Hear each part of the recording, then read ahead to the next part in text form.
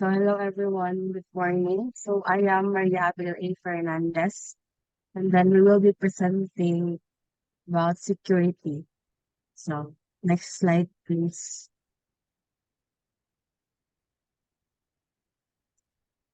So security. So today, ERP systems are like digital vaults that companies can now use to manage and store crucial data nila is. And then with the convenience of being accessible sa kuan sa anytime, anywhere, naana siya murag if mag-face sila og challenges which is of security. So first is supply chain or e-commerce environments within the ERP are exposed to the intricacies of the internet world. So in modern ERP systems are predominantly web-based na sila, and that they are accessible online anytime and anywhere. So this kind of accessibility, particularly sa context sa e-commerce and supply chains, nag-bring na siya og challenges and complexities of the online environment. So these systems become kanang kanang vulnerable sa various internet threats due to this exposure.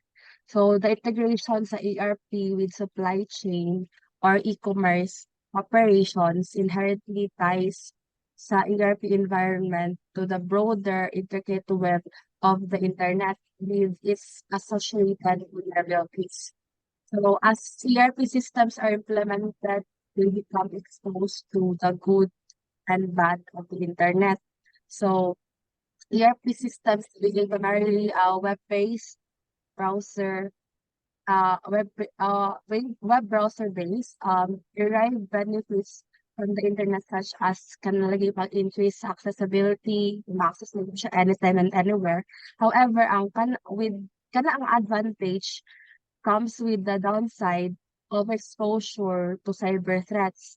So hackers are constantly evolving their methods para ma-compromise sa imong system and utilizing different tools to infiltrate systems. So therefore, while an ERP system gains the advantages of internet connectivity and remote access, so accessible na siya anywhere and anytime, it also opens another door, or like it opens itself to the potential dangers sa malicious intents sa mga hackers that exist on the internet. So securing an ERP system is complex and requires both good and technical skills and communication and awareness. So, ang tungkol kay nag-open naman ang door tungkol sa accessible ko open ang new door para kanilang mga vulnerabilities lead na to og security. So dili lang sa technical side ang dapat ka security, kundi pod dapat lapod ang sa communication and awareness. So ang protection sa ERP system is not straightforward siya. So on the technical side, measures are needed to counteract threats like hackers and malware. So however, human factor is equally crucial. Crucial siya, same siya kanang significance sa kaning technical side. So many security breaches occur due to the lack of awareness among employees and such as carelessly noting down passwords kana imot na kay mohang passwords sa imong monitor para di ka kalimot. Isa na siya sa mga kanang ways para kanang sitaw ka na. Isa na siya sa ways para kanang ma ma makita ang password sa lain tao. So hence, while the technical aspects are vital po ang technical aspect, the role sa communication and cultivating an understanding of the importance of security sa employees is just as significant. So, muna ko ingon nga, same ra sila og significance, importance sa pag-aabot sa security. So the statement that a system security is only as strong as its weakest link highlights this. So even if ang technology kay secure, ang human error or oversight can create vulnerabilities. Ang employees may makita vulnerabilities sa inyong health system, sa inyong security system. In the context of ERP system, this vulnerability might not even be from an employee, but from an external party given access for e-commerce transactions. So, in conclusion, this emphasizes the dual nature of the relationship with the internet. The advantages of accessibility and the challenges of security. So it underscores the need for comprehensive security measures that consider both technical and human factors. The next slide, please.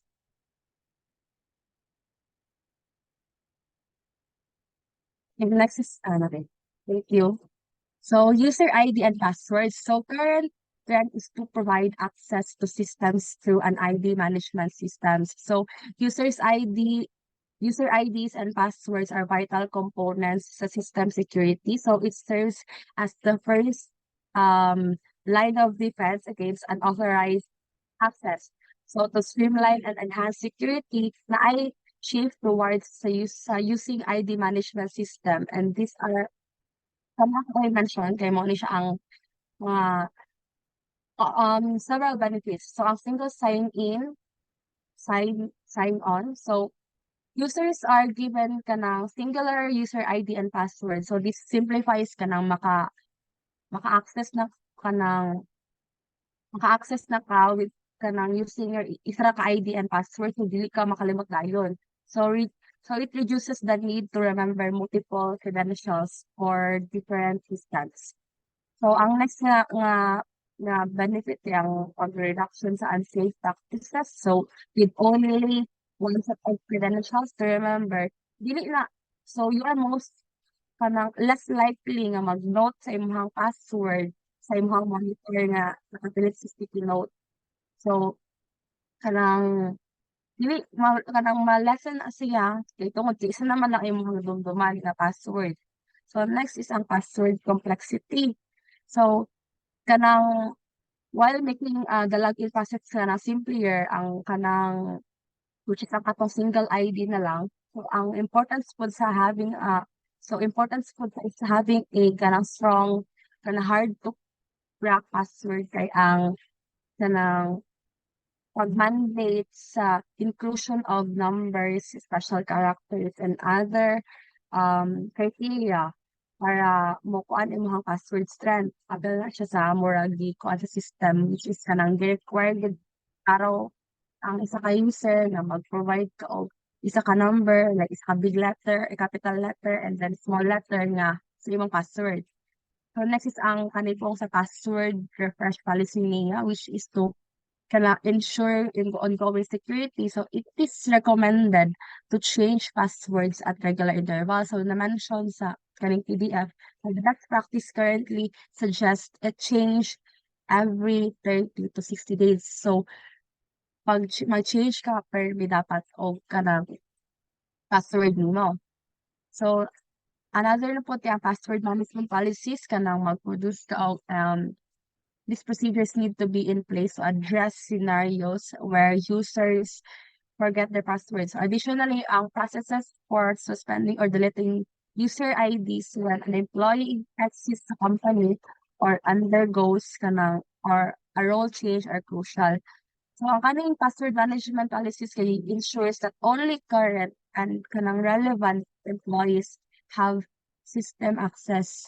So, kaning in essence, so the shift towards ang shift towards sa ID management system simplifies access sa users while emphasizing the importance of the strong security practices and periodic reviews. So ang kaning nga approach kay nag-aim siya to blend user convenience with high-level system of security.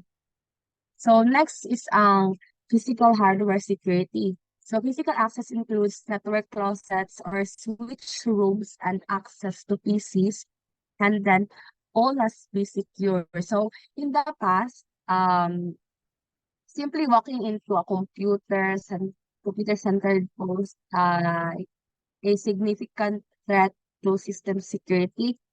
So fast forward karon, while computer centers have become more secure, other vulnerabilities have arisen. So major concern is kanang magkawat og laptops carrying sensitive data. So many believe that if their laptop kay password protected, ang data ana, nasa ana kay safe na. Sadly, that's not true.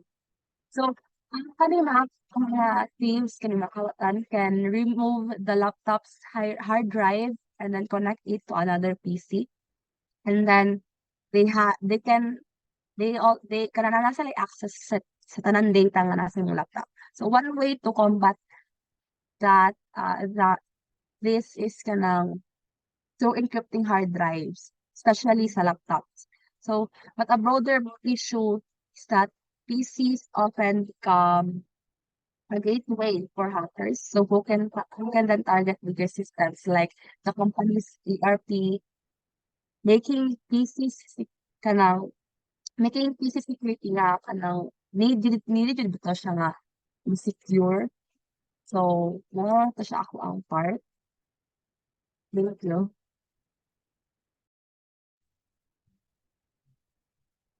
Go back to the previous slide, please.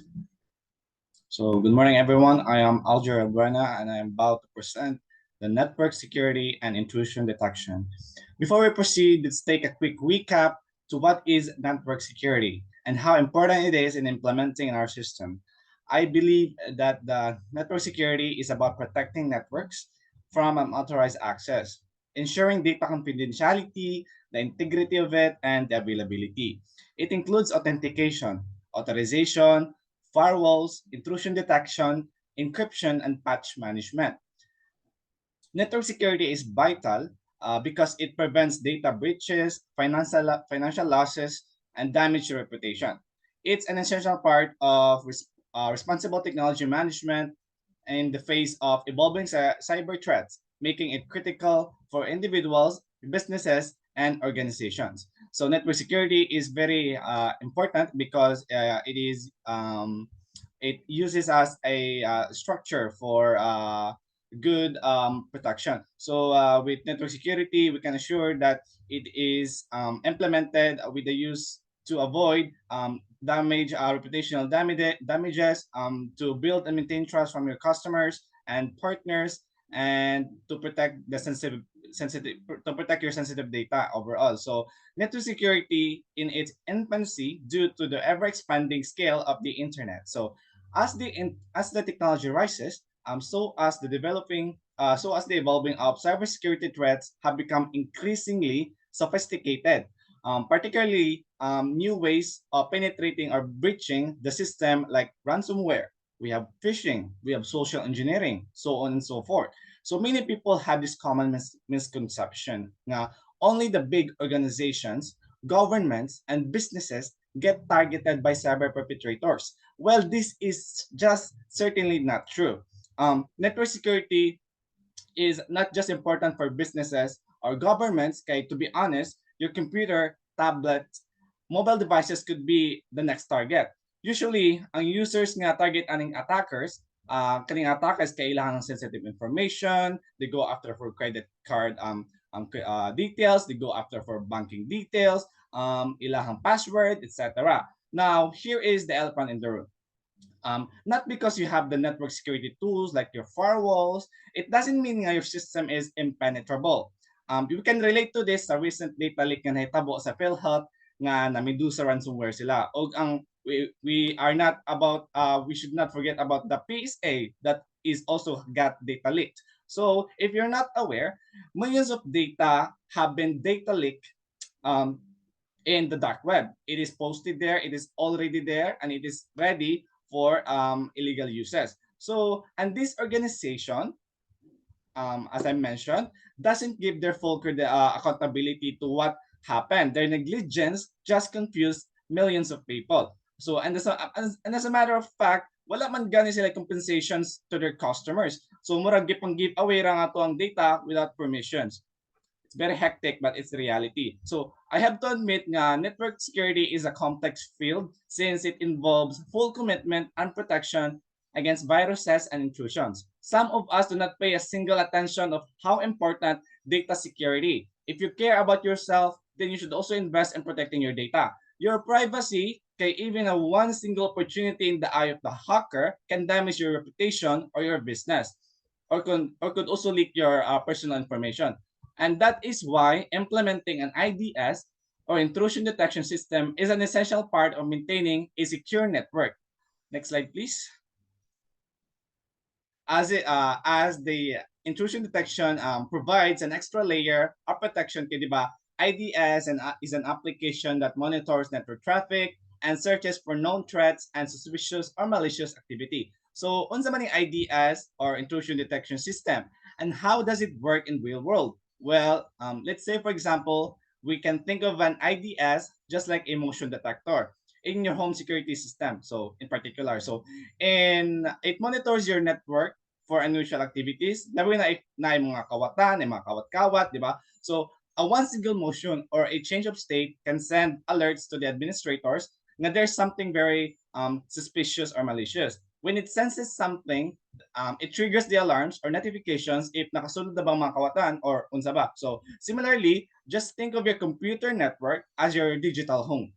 Your IDS acts as your social security acts as your security system's motion detector na mo sense of any unusual or unauthorized activities. So in other words, the IDS safeguard your digital space by identifying and responding to potential threats. So we can deploy an IDS in our system actually. And here are the sample list of the intrusion detection systems. So we have here the BCC or the Tripwire TM. We also have the computer misuse and detection systems with the SAIC. We have also have the Kane Security and Analyst and Intrusion Detection. We have also Network Ranger by Cisco Systems, very popular. We have the Semantic Intruder Alert by Semantic.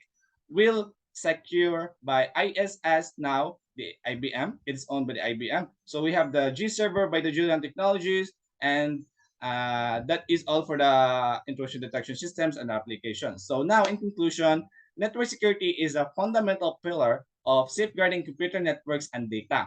From ever-evolving landscape of cyber threats, while on the other hand, intrusion detection systems are indispensable tools within this realm, offering the capability to monitor network traffic for irregular or malicious activities. So these tools in particular are very crucial for safeguarding sensitive data, and integrating these measures into infrastructure plans is essential for network security during an ERP implementation. So, and that is all for my part. Thank you so much for listening.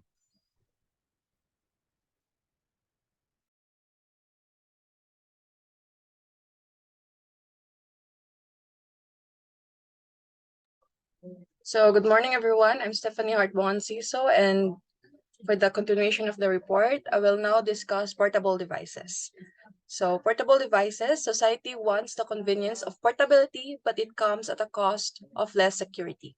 So, by the portable devices, this refers to gadgets that we could easily carry around, such as laptops, tablets, and smartphones. These devices are popular these days because it allows us to work or to access information from wherever we are.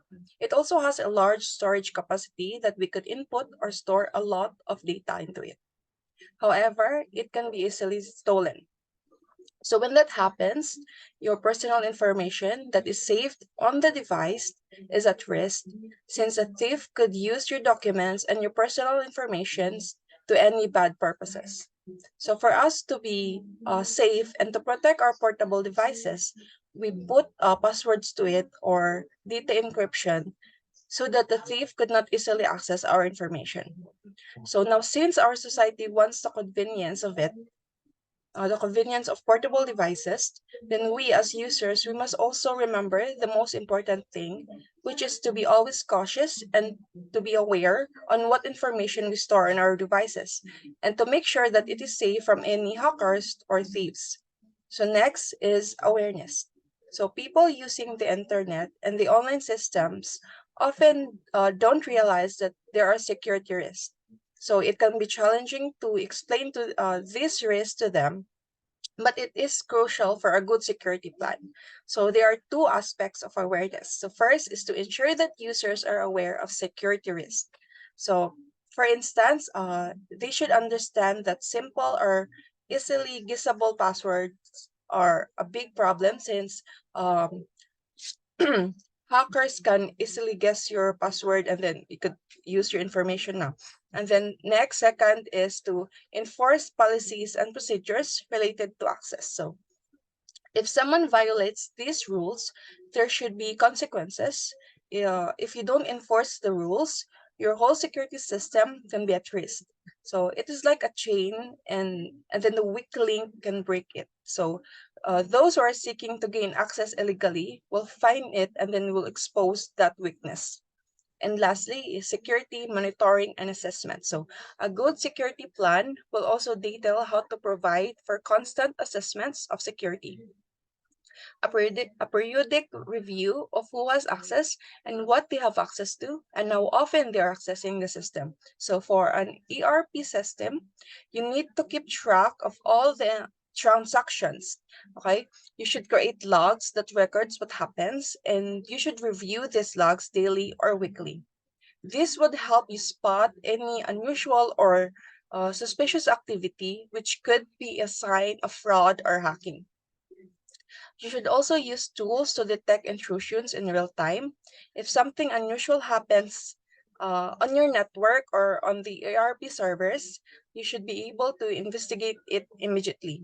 So, in addition to that, you must also protect your system from any viruses or other harmful software. And finally, you should also assess the physical security of your servers and make sure that only the authorized people have access to them. Some companies also hire experts to regularly check their security. But whether you do it yourself or you get outside help, this type of monitoring is essential for keeping your ERP system safe and functioning well. So that would be all for my report.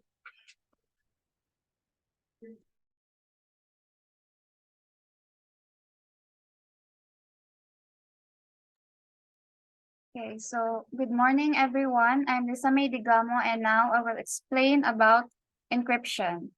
So encryption, familiar naman tang tanan ani. Encryption, in simple words, is to convert a plain text data into an unreadable format.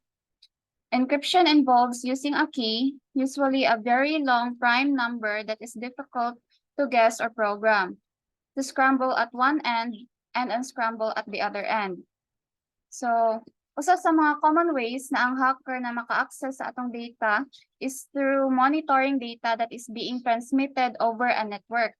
So, if imong data dili encrypted, kanang mga datas na atong gipang pasa online will become vulnerable to the hackers. So, dali ka na nila makuha. In today's web-based internet applications, data encryption is highly desirable. Customers and users are sending and storing confidential data, example, credit card numbers, and social security numbers over the network. So, almost tanan kay online narong panahon na, online payment, accounts, cards. So, data encryption is highly desirable. Very important para dili maka-access tong mga hackers. So, this will prevent theft of information, financial fraud, or other forms of misusing confidential data. Sensitive data on laptop hard drives, or PDA storage should be encrypted for security purposes. So, kung mawad-an o makawatan ng ganitag cellphone, laptop, or bantang devices, kaya naka-encryption man ang mga data dito, so accessing those data is almost impossible. Dito ma-access without the proper key nga maoy maka-decrypt. So, next slide, please.